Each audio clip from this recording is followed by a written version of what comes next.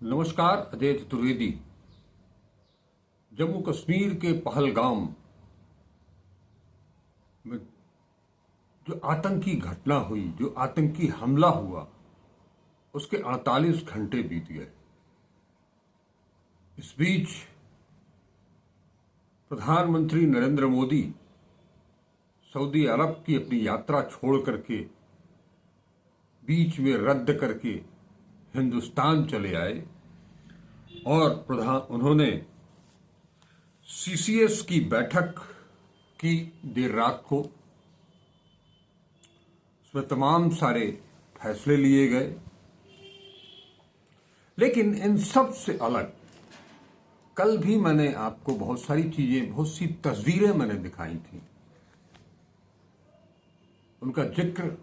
उन तस्वीरों का जिक्र नहीं था, उस पर कोई फोटो कैप्शन नहीं लगा था। आज मैं आपको बताता हूं, वो तस्वीरें यूं ही फिजूल में नहीं लगाई गई थी। दरअसल वो तस्वीरें इस बात की गवाही दे रही थी कि पहलगाम में जो आतंकी हमला हुआ पर्यटकों के ऊपर, सैलानियों के ऊपर, टूरिस्ट के ऊपर, उससे केवल, और उसमें भी ये बार बार बढ़ा चढ़ा करके कहा गया, हर अखबार की हेडिंग वही, और एक टीवी चैनल पर मैं सुन रहा था, वहां जो एक महिला एंकर थी, उन्होंने अपनी बात की शुरुआत ही इससे की कि लोग कहते हैं या कहेंगे कि आतंकवाद का कोई धर्म नहीं होता, कोई मजहब नहीं होता, लेकिन पहलगाम में आतंकियों ने जिन लोगों को मारा, पहले उनका धर्म पूछा, जाति नहीं। क्या ये पत्रकारिता है? माने स्क्रिप्टेड शैली में आप जनता को क्या परोस रहे हैं, इसी की काट के रूप में वो तस्वीरें मैंने दिखाई थी, जिसमें पहली बार पूरा कश्मीर बंद हो गया उस घटना के विरोध में। घोड़े वाले, खच्चर वाले, टैक्सी वाले, होटल वाले, सब ने आक्रोश व्यक्त किया, यहां तक नारेबाजी की उस आतंकी हमले के विरोध में।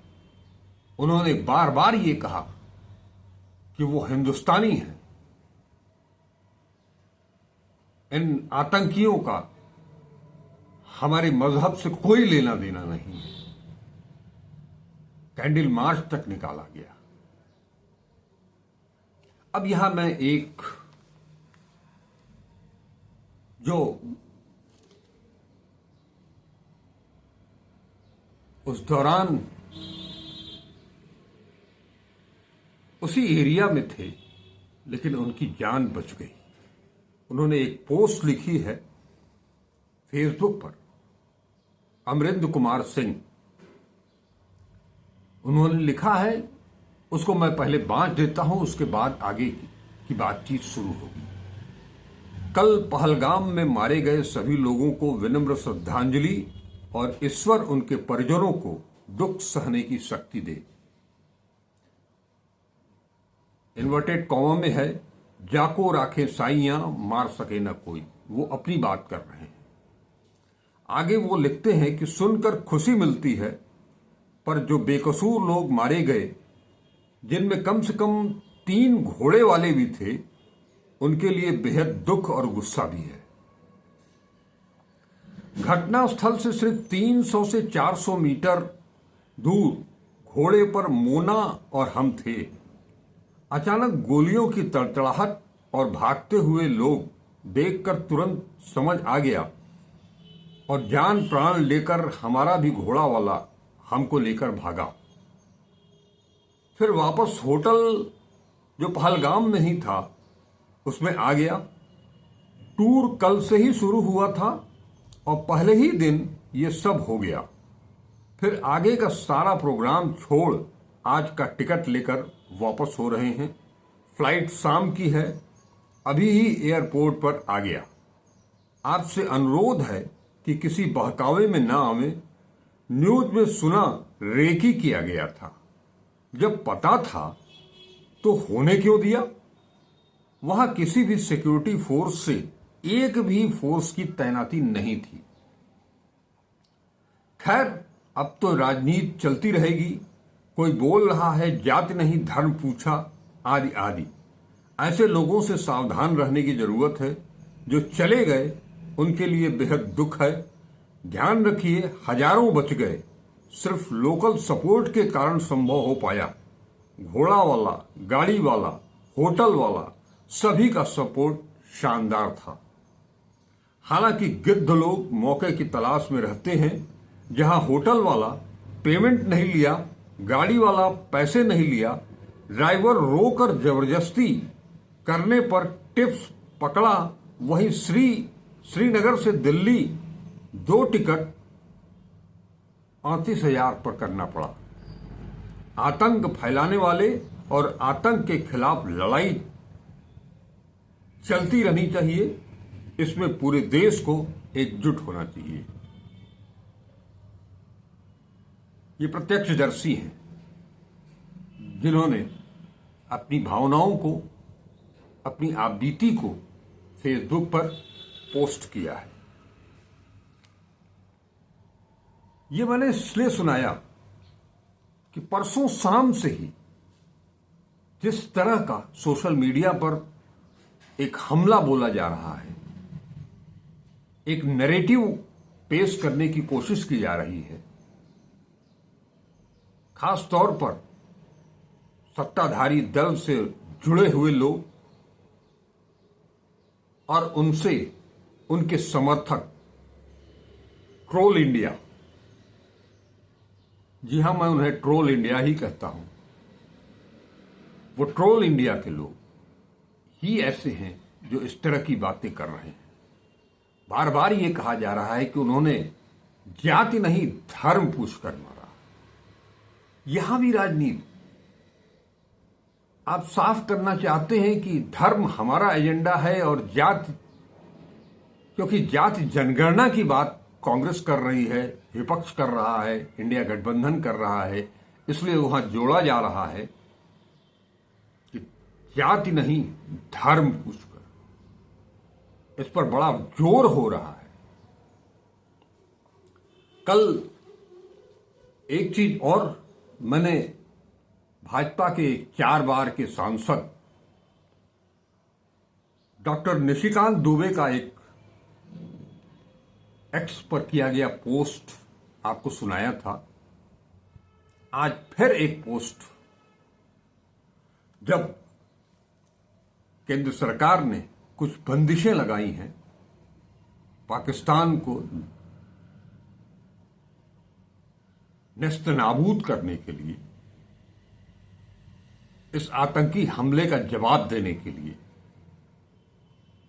उसमें एक बड़ा फैसला है सिंधु जल समझौते को स्थगित करना, निलंबित करना, सस्पेंड करना। 1960 से ये समझौता 1960 में विश्व बैंक की पहल पर हुआ था या उनकी मौजूदगी में हुआ था। ये इंटरनेशनल ट्रीटी है, अंतर्राष्ट्रीय डील। इसको इन्होंने स्थगित कर दिया, जो आज तक किसी भी सरकार ने इस पर कोई फैसला नहीं किया था, इसे स्थगित नहीं किया था। वाकई ये बहुत बड़ा निर्णय है। न ये 62 में बंद हुआ, न 71 में बंद हुआ, न 2011 में बंद हुआ, न कारगिल युद्ध के समय बंद हुआ।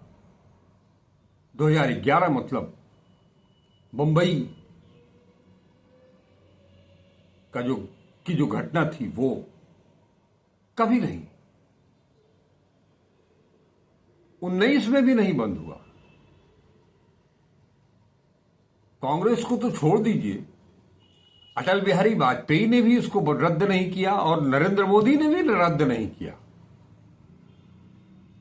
लेकिन अब की बार प्रधानमंत्री नरेंद्र मोदी ने कड़ा रुख अपनाते हुए पाकिस्तान के खिलाफ सिंधु जल समझौते को स्थगित कर दिया।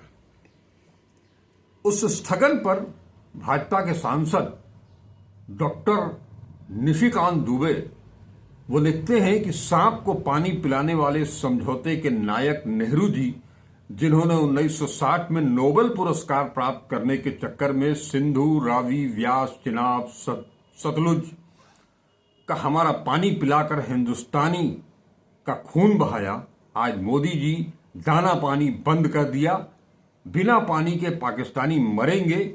यह है 56 इंच का सीना, हुक्का पानी, दाना पानी बंद। हम सनातनी भाजपा के कार्यकर्ता हैं, तड़पा तड़पा के मारेंगे। एक चीज मैं पूछना चाहूंगा डॉक्टर निशिकांत जी से, आपने वो ट्रीटी, वो समझौता स्थगित कर दिया। अब ये नदियों का पानी पाकिस्तान नहीं जाएगा। सैकड़ों एकड़ भूमि में न गेहूं होगा, न धान होगा। लोग पानी पानी के लिए प्यास के मारे मर जाएंगे। ऐसा क्या संभव है क्या? आखिर वो जल नदियों का रोका कैसे जाएगा? कोई बैराज, कोई बांध आपने बना रखा है? इन 11 सालों में मान लिया कि पिछली कांग्रेस, पंडित नेहरू ने जो जिसकी शुरुआत की उसको फॉलो करते चले आए मनमोहन सिंह तक। इन 11 सालों में कभी भी ये कोशिश हुई कि इन नदियों पर कोई बांध बनाया जाए, कोई बैराज बनाया जाए, ताकि कभी अगर भविष्य में जरूरत होगी तो इसका पानी बंद कर देंगे? क्या यह संभव है कि अंतर्राष्ट्रीय समझौता, विश्व बैंक जिसमें इन्वॉल्व है, यह संभव है क्या? अब इसका जवाब आप खुद सोच लीजिएगा। दूसरा, जो उन्होंने कई निर्णय किए हैं उसमें सिंधु जल समझौता रद्द हो गया, अटारी बॉर्डर से आवाजाही बंद हो गई, पाकिस्तानियों का वीजा तत्काल प्रभाव से रद्द कर 48 घंटे में देश छोड़ने का आदेश जारी कर दिया गया, पाकिस्तान में भारतीय दूतावास और भारत में पाकिस्तानी दूतावास बंद हो गया, देश छोड़ने के लिए पाकिस्तानी राजनयिकों को 7 दिन का समय दिया गया, पाकिस्तानी नागरिकों को अगले फैसले तक भारतीय वीजा नहीं दिया जाएगा। इसका क्या असर पड़ेगा? अगर अटारी का जो आपने बॉर्डर से आवाजाही बंद कर दी, वो नहीं आएंगे, आप भी नहीं जाएंगे। वीजा आपने तत्काल प्रभाव से रद्द कर दिया और उन्हें देश छोड़ने का आदेश दे दिया 48 घंटे में। अब तो 48 घंटे भी बीत गए, या हो सकता है इस आदेश के बाद 48 घंटे, तो वो भी कल तक पूरे हो जाएंगे। इसके लिए जगह जगह खुफिया विभाग, इंटेलिजेंस, पुलिस, प्रशासन ऐसे लोगों को की तलाश कर रहा है जिन्हें यहां से हटाया जा सके। राजनयिक अगर कम होंगे तो उनके भी कम होंगे, आपके भी कम होंगे। इससे क्या फर्क पड़ गया? असल चीज जो चीजें पुलवामा में हुई, वहां 300 किलो आरडीएक्स आया कैसे? और इसके अलावा तत्कालीन राज्यपाल सतपाल मलिक साहब बहुत कुछ बोल चुके हैं। आप हेलीकॉप्टर या एयरक्राफ्ट तक मुहैया नहीं करा सके। 4 दिन से आरडीएक्स लेकर के वो गाड़ी घूम रही थी। आपका इंटेलिजेंस तब क्या कर रहा था? तब 19 से लेकर के 25 आ गया, अभी कुछ भी स्पष्ट नहीं हुआ। और 48 घंटे पहले पहलगाम में जो हुआ, माने चीख चीख करके लोग चिल्ला चिल्ला करके बता रहे हैं। 1.5 घंटे तक न पुलिस थी, न बॉर्डर सिक्योरिटी फोर्स था, न सेना थी। एक बच्ची चिल्ला चिल्ला करके बोल रही थी कि 1.5 घंटे तक उसका भाई जिंदा था, उसकी सांसें चल रही थी, लेकिन कोई रेस्क्यू नहीं, कोई पुलिस नहीं, कोई सुरक्षा गार्ड नहीं, सुरक्षा कर्मी नहीं, कोई सेना का जवान नहीं। सुरक्षा जम्मू कश्मीर की वो केंद्र के हवाले है, क्योंकि वो केंद्र शासित प्रदेश है। वहां जो सरकार अभी हाल में बनी है उसका कोई मतलब नहीं है। और आप तो 2015 से चिल्ला रहे थे कि नोटबंदी कर दी, पूरा नेक्सस तोड़ दिया, धारा 370 हटा दिया 2019 में। उसके बाद आतंकवाद का सुपड़ा साफ हो गया। क्या हुआ? आपका इंटेलिजेंस कर क्या रहा था? कोई तो इनपुट मिला होगा, कुछ तो बताया होगा। किस आधार पर यह सूचनाएं आ रही हैं कि रेकी की गई? रेकी की गई की सूचना आपके पास अगर कहीं से आ रही है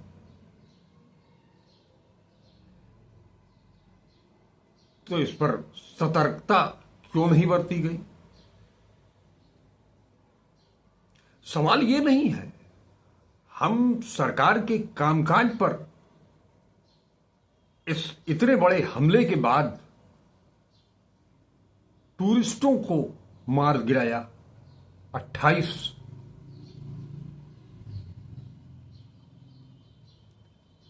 कहीं कुछ नहीं। आप तो वहां हमारे देश के प्रधानमंत्री जाने वाले थे जम्मू कश्मीर का दौरा करने के लिए, लेकिन तत्काल उसी समय कहीं से कुछ इनपुट आया और यह बताया गया कि वहां कुछ बड़ी घटना होने वाली हो सकती है। आपने अपना दौरा कैंसिल कर दिया और चले गए सऊदी अरब। अगर पूरी सूचना नहीं थी, आधी ही सूचना थी, तो भी उस सूचना पर क्या पर्याप्त तत्काल कोई कार्रवाई नहीं करनी चाहिए थी? उस सूचना से निपटने के लिए कोई कार्ययोजना नहीं बननी चाहिए थी?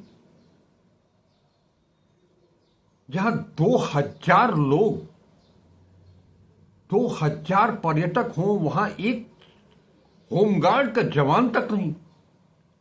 और बड़े ये सारी जानकारी लेकर के ही वो आतंकी आए थे।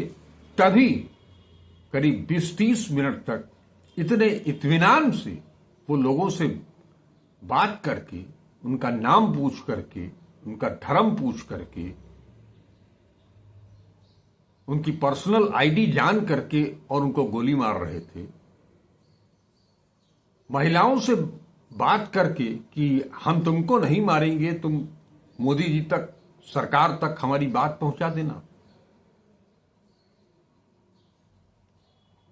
ये सारे सैलानी आपके फैलाए हुए उस भ्रम जाल के शिकार होकर के कश्मीर घूमने के लिए गए थे। वो पहलगाम जिसे मिनी स्विट्जरलैंड कहा जाता है, वो मिनी स्विट्जरलैंड में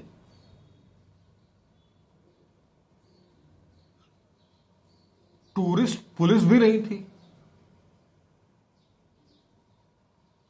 और घटना के बाद जब पूरा कश्मीर के निवासी उन सब ने जिस कश्मीरियत का प्रदर्शन किया,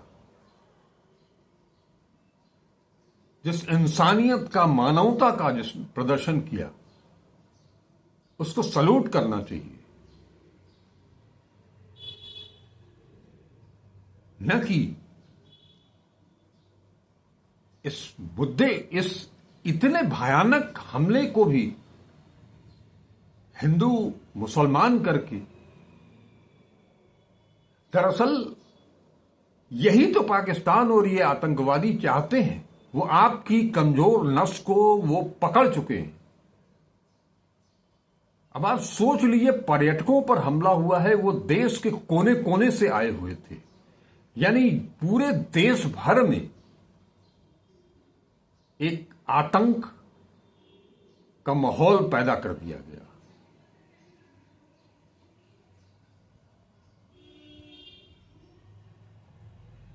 और आप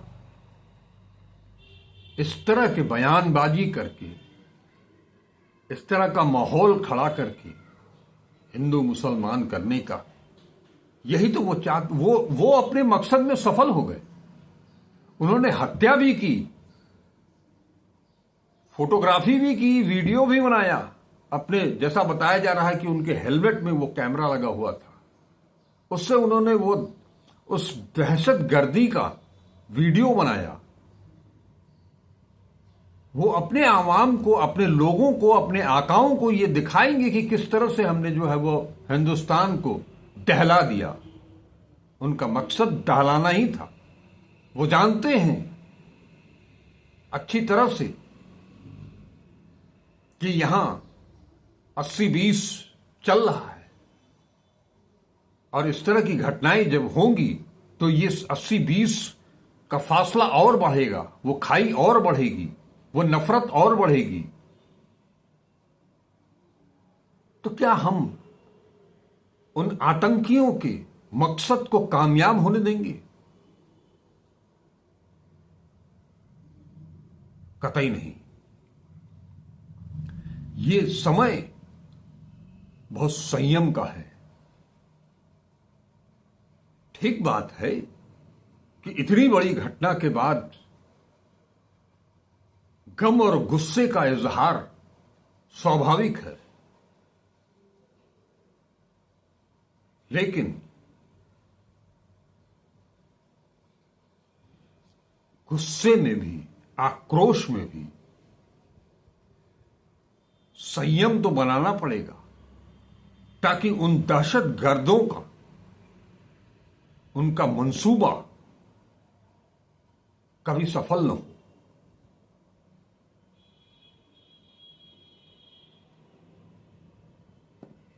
आज अभी शाम को सर्वदलीय बैठक होने वाली है, जिसकी डिमांड कल ही कर्नाटक में रहते हुए कांग्रेस अध्यक्ष मल्लिकार्जुन खड़गे साहब ने की थी। और एक चीज,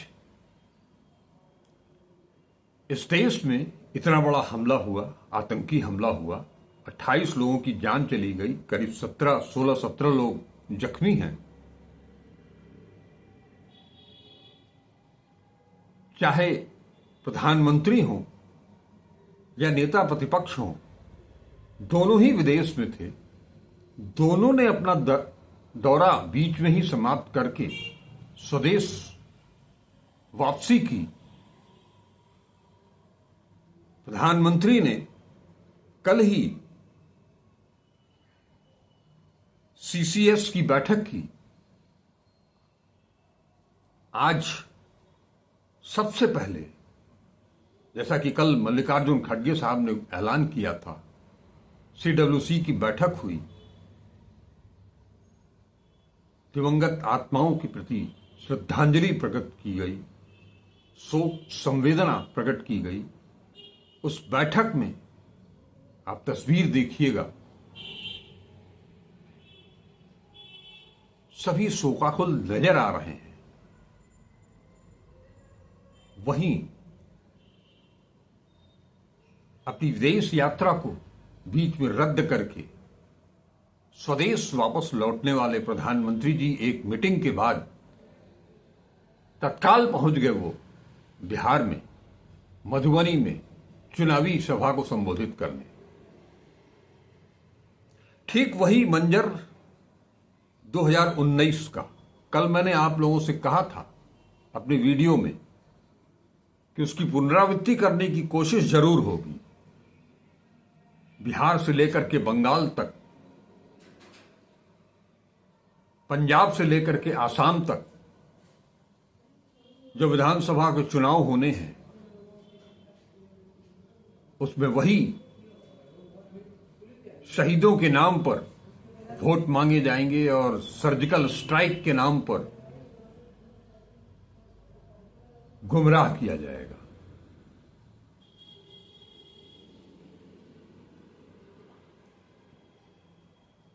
लेकिन मधुबनी में भाषण के पहले मंच पर जब प्रधानमंत्री और बिहार के मुख्यमंत्री हंसी ठिठोली कर रहे थे तो ये बात चुभ गई, अंतःकरण तक चुभ गई और बहुतों को चुभी है। पूरा देश शोकाकुल है। आप मंच पर बैठ करके सार्वजनिक सभा में, यहां मीडिया कैमरा भी लगा हुआ है, आप हंसी ठिठोली कर रहे हैं।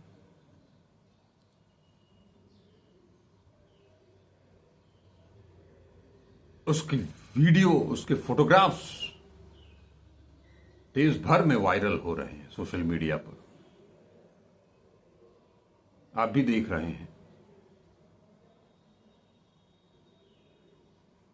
तनिक तो कुछ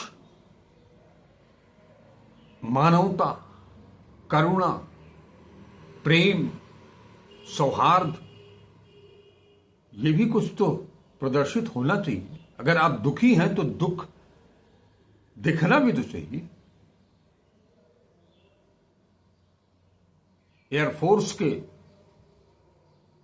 जहाजों की उड़ान, उनके कर्तव्य मुख्यमंत्री जी देख रहे हैं। क्या हो गया है? इस तरह से पानी बंद कर देंगे, रास्ता बंद कर देंगे। अगर वास्तव में भारत सरकार ने सिंधु जल समझौते को स्थगित कर दिया और जल का प्रवाह रोक दिया तो ये बहुत बड़ी घटना होगी और बहुत बड़ा सबक होगा पाकिस्तान के लिए वास्तव में।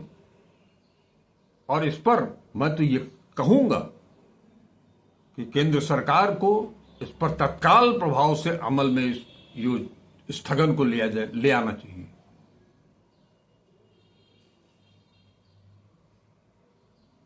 कर लीजिए। पंडित नेहरू ने क्या गलती की, क्या सोच करके वो समझौता किया, वो आप उनको चाहे जितनी गाली दीजिए, आप बंद कर दीजिए। अगर आपके पास वैसे संसाधन हैं तो उसको बंद करके दिखा दीजिए।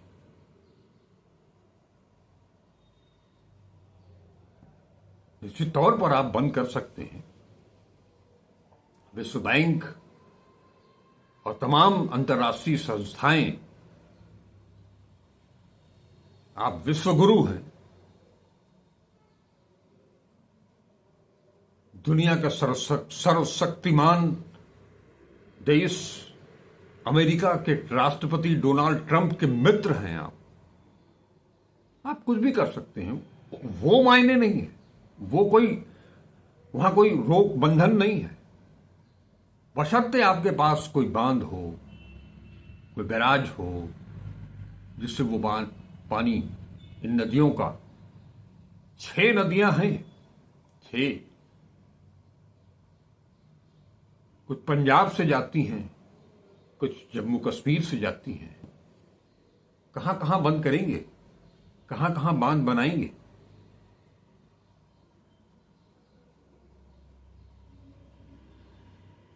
लेकिन जो सहृदयता, जो मानवता, जो इंसानियत कल और जो कश्मीरियत कश्मीर के लोगों ने कल दिखाई, आप कह सकते हैं कि इसके पीछे उनका भी अपना उद्देश्य था। आखिर सैलानी आएंगे नहीं, जब उनकी हत्या होने लगेगी इस तरह से, तो वो वहां आना बंद कर देंगे, जो बीच में हुआ था, तो उनकी रोजी रोटी कैसे चली? वो होटल, वो शिकारे, वो खच्चर, वो घोड़े कहां से मिलेंगे? उनको उनका घर कैसे चलेगा? क्योंकि वो पूरी की पूरी आबादी पर्यटन पर ही निर्भर करती है। और ये मौसम है, बहुत मुफीद मौसम चुन करके उन सबों ने काम किया है कि रेस्ट ऑफ द इंडिया गर्मी पड़ रही है बेतहाशा, लोग पहाड़ों पर जाएंगे, और पहलगाम और कश्मीर, जिसके बारे में कहा गया है कि अगर धरती पर कहीं स्वर्ग है तो यही है, यही है, यही है, उस कश्मीर में तबाही मचाने के लिए बहुत सोची समझी रणनीति के तहत यह काम हुआ है। इसका जवाब तो देना चाहिए। हो सकता है यह भी किया जा सकता है कि 1971 दोहरा दिया जाए, लेकिन जो भी हो, सोच समझ करके, उसके आगे पीछे देख करके, क्योंकि आप चारों तरफ से घिरे हैं। पाकिस्तान जैसे ही ये पानी बंद होगा तो वो चीन जाएगा, चीन से मदद मांगेगा, और चीन अगर उस रास्ते, जहां वो सड़क बना चुका है, जहां वो कॉलोनी बसा चुका है, गांव बसा चुका है, उधर से अगर कोई गतिविधि होती है तो एक साथ 2-2 मोर्चों पर लड़ना वो भी मुश्किल काम होगा। और खास तौर पर उस दौर में जब कोविड के बाद से, जैसा बताया जा रहा है, एक सेना के पूर्व अधिकारी जैसा बता रहे हैं, जो कभी मोदी जी के बहुत करीबी हुआ करते थे, उन लोगों को वो लोग चिल्ला चिल्ला करके बता रहे हैं कि 1,80,000 सैनिकों की कमी हो गई है।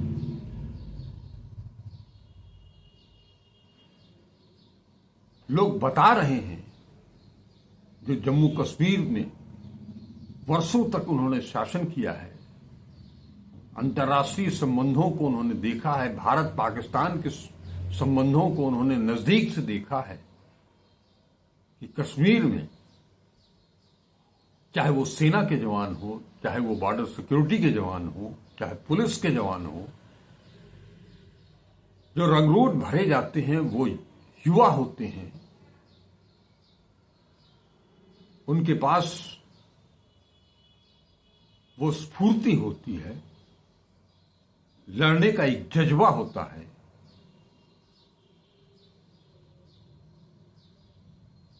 और आप वो 4 साला अग्निवीर ले आकर के आए हैं। एक परमानेंट कर्मचारी में और एक संविदा वाले कर्मचारी से बहुत अंतर होता है। और एक काम तो अटल जी करके गए जब पेंशन उन्होंने बंद की। सेना की पेंशन तो नहीं बंद हुई है, लेकिन बॉर्डर सिक्योरिटी फोर्स, उन्हें तो कोई पेंशन मिलती नहीं। दिमाग में एक चीज तो बढ़ती है ना, बनती है। जो अंतिम सांस तक लड़ने का जज्बा था, वो नौकरी तक, उस सोच में परिवर्तन आया।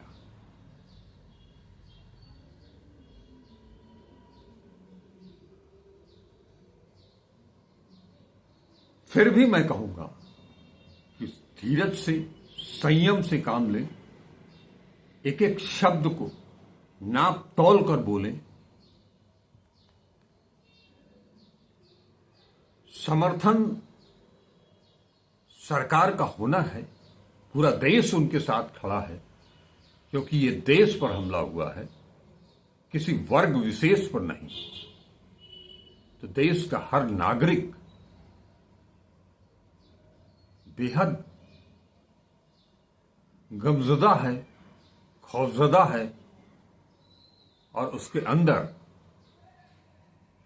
आक्रोश भी कूद कूद कर भरा है। नमस्कार, अजय चतुर्वेदी।